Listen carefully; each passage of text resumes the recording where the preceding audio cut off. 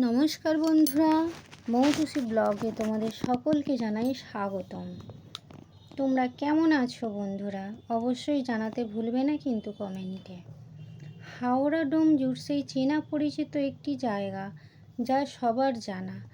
আজ নতুন কিছু দেখাবো। আমাদের ডোমজুর শহরে এই ধরনের উদ্যোগ সত্যিই প্রশংসনীয়। যিনি বৃদ্ধ মা বাবাদের কথা ভেবেছেন, শেষ বয়সে একটু যত্ন আর ভালোবাসা খোঁজেন, এই আশ্রমটি সেই অভাব পূরণ করবে আমার বিশ্বাস। এটি শুরু হয়েছিল লকডাউন থেকে। 13 কাঠা জমি নিয়ে শুরু হচ্ছে এই আশ্রমটি। এখানে 5টি মন্দির অবস্থিত। একটি কালী, হনুমান, গণেশ ও ভোলানাথের বড় মন্দির। কোন দেবতা, একটি ওই যে বড় মন্দির দেখা যাচ্ছে না, ওই বড় মন্দিরটায় কোন দেবতা বসবে তা ঠিক বলতে পারছি না। আমার ধারণা রাধাকৃষ্ণ হতে পারে।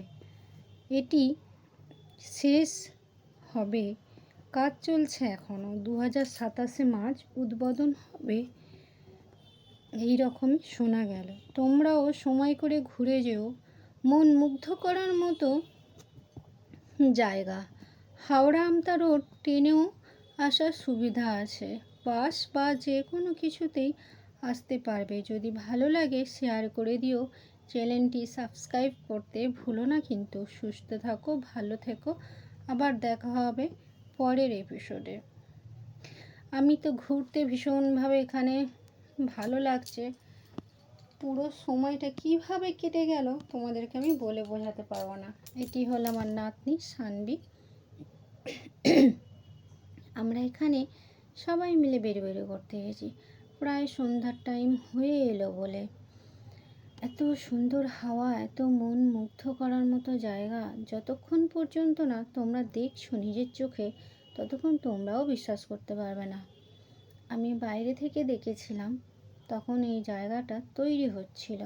আজ ভিতরে প্রবেশ করার পর দেখলাম সত্যিই মন মুগ্ধ করা। তবুও এখনও কিছু কাজ পেন্ডিং আছে, যা শেষ হওয়ার পরই ভালোভাবে বোঝা যাবে। তো বন্ধুরা, এরকম বসন্তের সময় এত অপূর্ব সুন্দর ছোট ছোট বেল ফুল ফুটেছে এক লাইন দিয়ে, ভীষণভাবে ভালো লাগছে। তো সেইভাবে তোমাদেরকে ভিডিওটা আমি দেখাতে পারলাম না, কারণ এখানে আমার ভাগনা, আমার ভাগ্নির মেয়ে, নাতনি, সব ছোট ছোট বাচ্চাগুলো গেছে। আমরা এই গ্রামেরই আশপাশেরই মানুষ, তাই আমরা একটু বিকেলের দিকে ঘুরতে গেছি। দেখি এখানে একটু ব্লগ বানানো যায়। সবাই বলছে খুব সুন্দর জায়গা, সত্যিই খুব সুন্দর জায়গা। আকাশে এত সুন্দর মেঘ করেছে, দারুণ লাগছে বিকেলের মোমেন্টটা। ফুরফুর করে হাওয়া দিচ্ছে। এই যে দেখতে পাচ্ছ, এগুলো সব আমাদের লোক, দল বল মিলে একদম গেছি। ওদেরকে বললাম তোরা একটু খেলাধুলা কর, কোনো কিছুতে হাত দিবি না। আর আমরা একটু, আমি তো এদিক ওদিক ভিডিও বানাচ্ছি।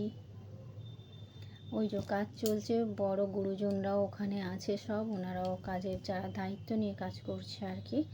ওনারা যদি কোনো সময় সাক্ষাৎ করতে পারি ওই মানুষটার, আজ পর্যন্ত আমিও দেখে ওঠিনি।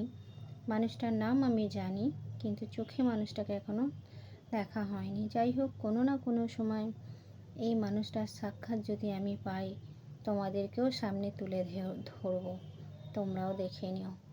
যেই চিন্তাধারা মানুষটা করেছেন, সত্যিই খুব সুন্দর কাজ করেছেন। অপরূপ জায়গা, তাও মনে করো এখনও তৈরি হয়নি, সব কাজই পেন্ডিংয়ে আছে, তোমাদের আগেই বললাম। আর এই বসন্তের সময় ছোট্ট ছোট্ট গাছে আম ধরেছে। বাচ্চাগুলো আমগুলোকে ধরে নেবার জন্য খুব ছটফট করছে। সবাইকে ওদিক থেকে একটা কাকু বকা দিচ্ছে, এই গাছে কেউ হাত দিবি না। আমিও ওদেরকে বোঝালাম, বেশ বলেছে, তোরা যেমন অন্যায় করেছিস, নিচে একটা হয়েছ আম পড়ে আছে, ওটা নেবার জন্য ওরা খুব ব্যতিব্যস্ত। আর এই দেখো ভোলেনাথের মন্দিরটা, ওপর থেকে এসে নিচে আসতে হবে। তো আমরা আগে প্রণাম টনাম করলাম, বললাম বাবা ভোলানাথ, কবে তোমার মন্দির প্রতিষ্ঠা হবে তবে তোমায় একটু পুজো করতে পারবো, তার থেকে আগেই আমি একটু গাছের ফুল তুলে নিয়ে এসেছিলাম, লুকিয়ে লুকিয়ে নিয়ে এসে ভোলেনাথকে একটু দেখালাম, দেখিয়ে প্রণাম সারলাম। আর এই দেখো এই ছাদের ওপরে কত দেবদেবীর মূর্তি আছে, বেশ ভালো লাগছে। এই যে আমাদের ভাগনাবাবু, দুষ্টুবাবু এগিয়ে চলেছে। এখানে দেখো মা কালীর মন্দির। এই দেখো গেটে কিন্তু তালা দেয়া, বিগ্রহ মূর্তি এখনো পূজা করা হয়নি।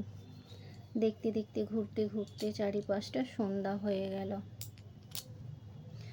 তো এই যে ছোট ছোট মন্দিরগুলো আছে, এর মাঝখানেই বাবা গণপতি আছে, মানে সিদ্ধিদাতা গণেশ, আর আছে হনুমান বাবা।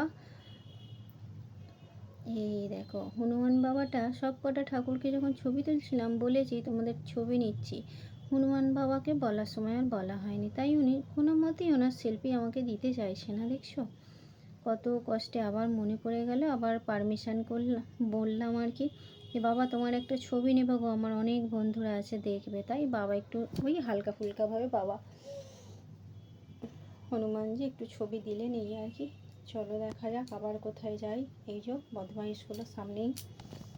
এবার এই যে আমাদের সিদ্ধিদাতা গণেশায় নমঃ। ওম বক্রতুণ্ড মহাকায় সূর্যকোটি সমপ্রভ নির্বিঘ্নং কুরুমে দেব সর্বকার্যেষু সর্বদা। ওম গণ গণপতায় নমঃ, ওম গণ গণপতায় নমঃ, ওম গণ গণপতায় নমঃ। আর এখানটা এত সুন্দর হাওয়া দিচ্ছে, আমি বাইরে বেরিয়ে এলাম। দেখো ওই জন্য নিম গাছটা এত হাওয়ায় দুলছে, বেশ ভালো লাগছিল। এত হাওয়াতেও কিন্তু আমি বিশালভাবে ঘেমে যাচ্ছি, যার জন্য একটু বাইরে বেরিয়ে। এই যে ভাগ্নি নন্দীকে নিয়ে বসে আছে, আর এই যে আমিও এখানটায় বসে আছি, বেশ ভালো লাগছে। ভোলেনাথের ত্রিশূল ধরে সবাই খুব আমরা মজা করছিলাম।